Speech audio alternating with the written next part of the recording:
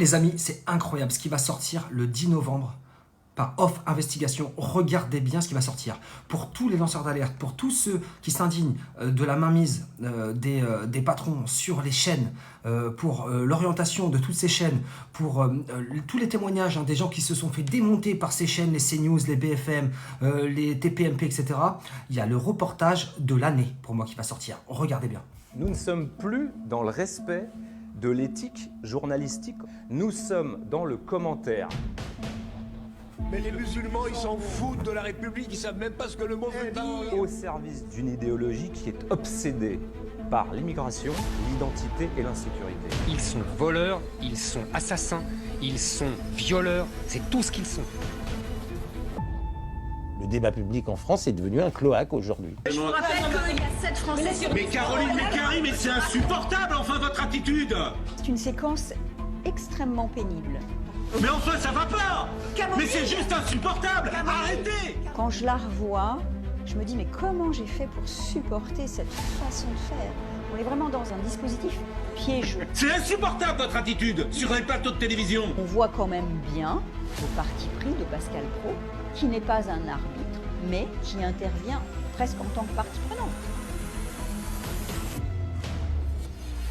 Pourquoi ils investissent dans les médias, tous ces milliardaires? Pour contrôler la pensée, pour contrôler.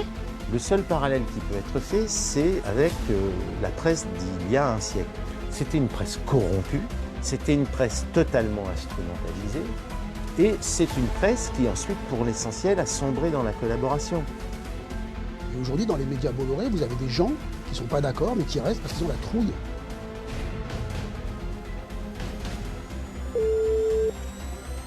C'est le directeur de l'information de la chaîne, Thomas Bauder, voulait absolument ce sujet, et que pour ça, en gros, j'avais qu'à aller tendre mon micro aux élus locaux du Front National, et qu'ensuite, j'avais qu'à aller filmer les boucheries halal et les gens du là-bas dans la rue, et que du coup, ça suffirait à pouvoir monter un sujet à Paris. Est-ce que tu es venu faire un coup d'éclat? Ça devrait même pas être un coup d'éclat que critiquer ton patron sur ta chaîne. Ça devrait même pas être un coup d'éclat. Moi, je ne crache pas dans la main qui me nourrit. Ce sont des valets et des courtisans.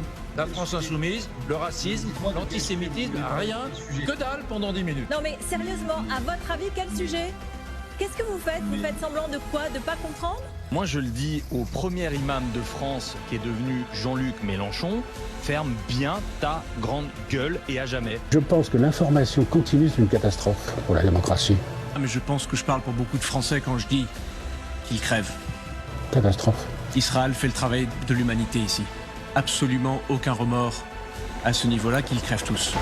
Alors, pour des gens comme moi, ça, pour moi, c'est le Graal. C'est-à-dire que pour tous les créateurs qui se battent contre la désinformation, contre les chaînes orientées, contre tout ça, là, enfin, c'est la première fois qu'on voit un reportage comme ça, qui va montrer que ces chaînes-là sont pleines de haine, sont focus sur l'immigration, sur le racisme, sur l'anti-quelque chose, et pas sur le journalisme pur. Mais ça, c'est génial, avec des témoignages en plus de gens qui se sont fait spolier, qui se sont fait démonter sur ces émissions gratuitement. Voilà. Donc ça c'est un reportage que tout le monde doit voir, parce que probablement que ce reportage-là va avoir de grosses conséquences. L'Arcom, ça vous qu'on parle. Okay, donc republiez bien cette vidéo, moi je l'attends de toute urgence, le 10 novembre. Bonne journée à tous et à bientôt.